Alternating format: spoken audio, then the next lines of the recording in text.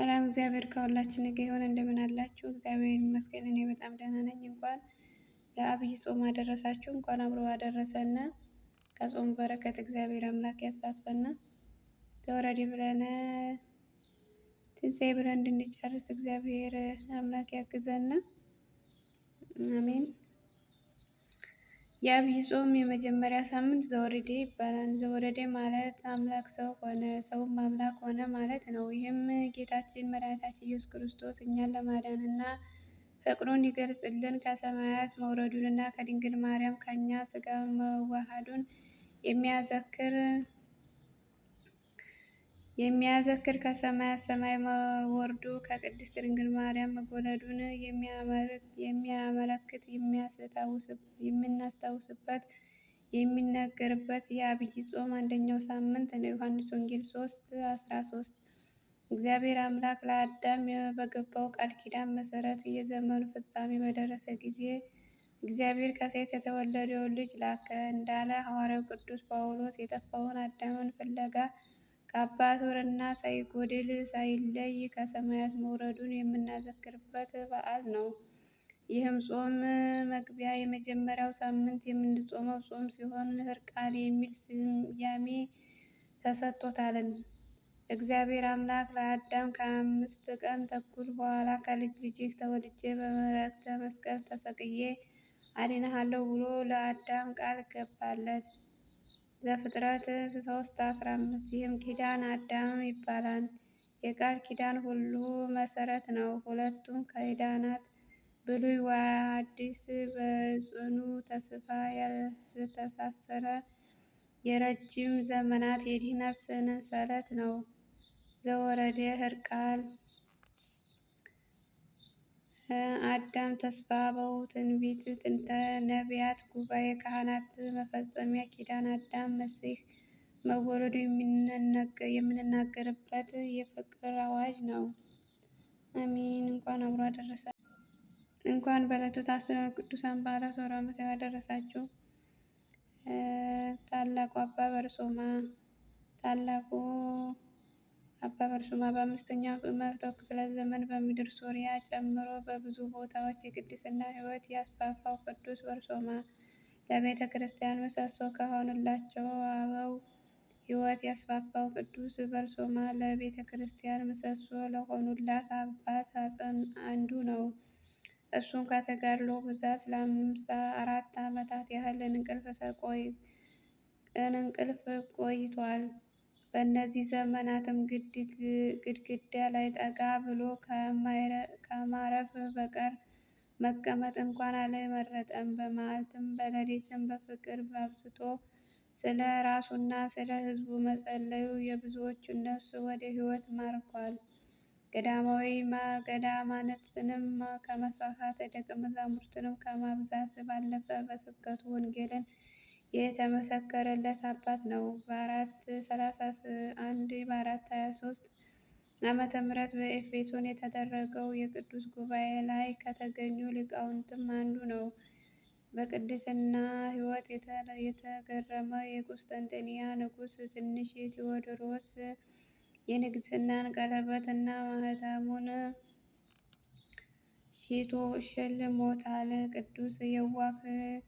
ቅዱስ የዋህ የዋዛ አልነበረም። በንጉሥ ማኅተም እያተመ ተፋቅሮ የሚል ብዙ አዋጅን ወደ መላ ዓለም ልኳል። በ443 ዓመተ ምህረት በኬልቄዶንያ 636 ሰነፍ ጳጳስ ጉባኤ አድርገው አባ ዲዮስቆሮስን እንደገደሉት ሲሰማ ወደ ቤተ መቅደስ ሂዶ ከከሃዲዎች መርቅያኖስና ሚስቱ ብሩክልያን በአደባባይ ዘለፋቸዋል። ስላዘነባቸውም ተቀስፈዋል። ታላቅ ቅዱስ አባ በርሶማ ፀሐይንም ማቆሙ ጨምሮ በርካታ ተአምራትን ሰርቷል። በዚህም ቀን አርፏል። ቸሩ አምላካችን ከበረከቱ ይክፈለን፣ አሜን።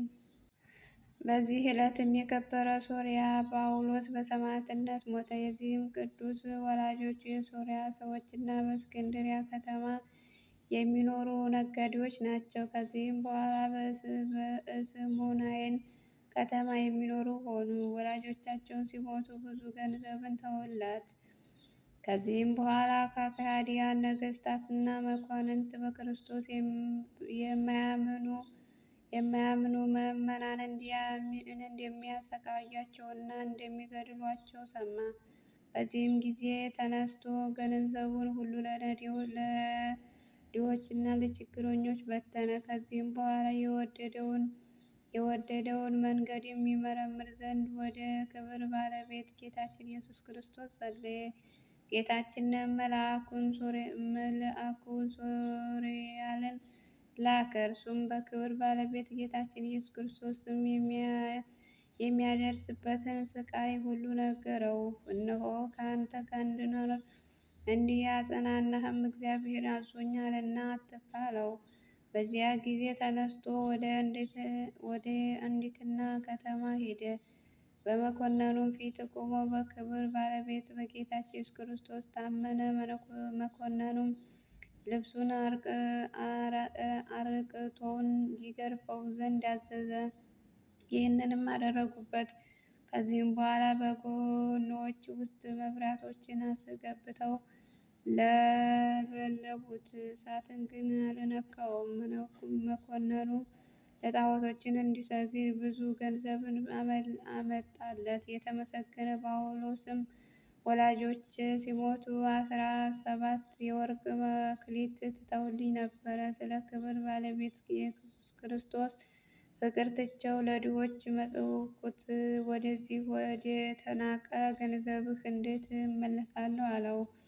መኮንኑም ሰምቶ ብረቶችን በእሳት አግለው በአፉና በአፍንጫው እንዲጨምሩበት አዘዘ። ይህንንም አደረጉበት። ሱሪያ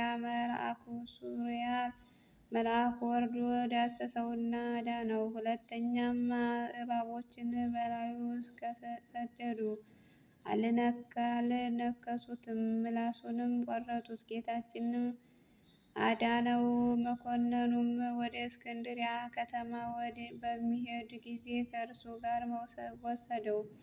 የክብር ባለቤት ጌታችን ኢየሱስ ክርስቶስ በመርከቡ ውስጥ ተገለጠና አጽናናው። የዚህም ቅዱስ ኢሲ የሚባል ወላጆቹ አለው። እህቱም ቴክላም ጌታችን ሥጋውን ከሥጋቸው ነፍሱን ከነፍሳቸው ጋር እንደሚገባ ነገረው። ያን ጊዜ እኒህ ቅዱሳን በእስክንድርያ ከተማ በእስር ቤት ነበሩ። የከበረ ጳውሎስም ወደ እርሳቸው በደረሰ ጊዜ ርስራፋቸውን ተሳስተው በመገናኘታቸው ነፍሳቸውን ደስ ብሎ እግዚአብሔርን አመሰገኑት። መኮንኑም ወደ አደነው ከተማ በሚመለስ ጊዜ ቅዱስ ጳውሎስ ራሱን ቆርጠው ሥጋውን ከጥልቅ ባህር ወረወሩት። የሰማዕትነትም አክሊል በመንግሥተ ሰማያትም ተቀበለ። ምዕመናንም ሥጋውን በስውር ወስደው በአማረ ልብሶች ገነዙት፣ በእርሱም ዘንድ ያኖሩት። ከእርሱም ዘንድ ድንቆች ታምራቱን ተገለጠ። ለእግዚአብሔር ምስጋና ይሁን፣ እኛም በጸሎቱ ይማረን፣ በረከቱ ከእኛ ጋር ትኑር ለዘላለሙ አሜን። የካቲት 9 ቀን የሚከበሩ ቅዱሳን በዓላት፦ አባ በርሶም ለሶርያ መነኮሳት ሁሉ አባት፣ አቡነ እስትንፋሰ ክርስቶስ የኢትዮጵያዊ የመነኮሳት የመነኮሰበት በዓል፣ ቅዱስ ጳውሎስ ሶርያ ሰማዕት፣ ቅዱስ ጴጥሮስ ሰማዕት። ወርኃዊ 318 ቅዱሳን ሊቃውንት ርቱዐ ሃይማኖት ዘኒቅያ የብሔረ ብፁዕ ጻድቅ አባ መልከ ጼዴቅ ዘሚድያ ኢትዮጵያ። ቅዱስ ዞሲማስ ጽድቀ ዓለምን ብፁዓን ያየ አባት። ምን ይዤ ወደ እግዚአብሔር ፊት ልምጣና በልዑል አምላክ ፊት ልስገድ?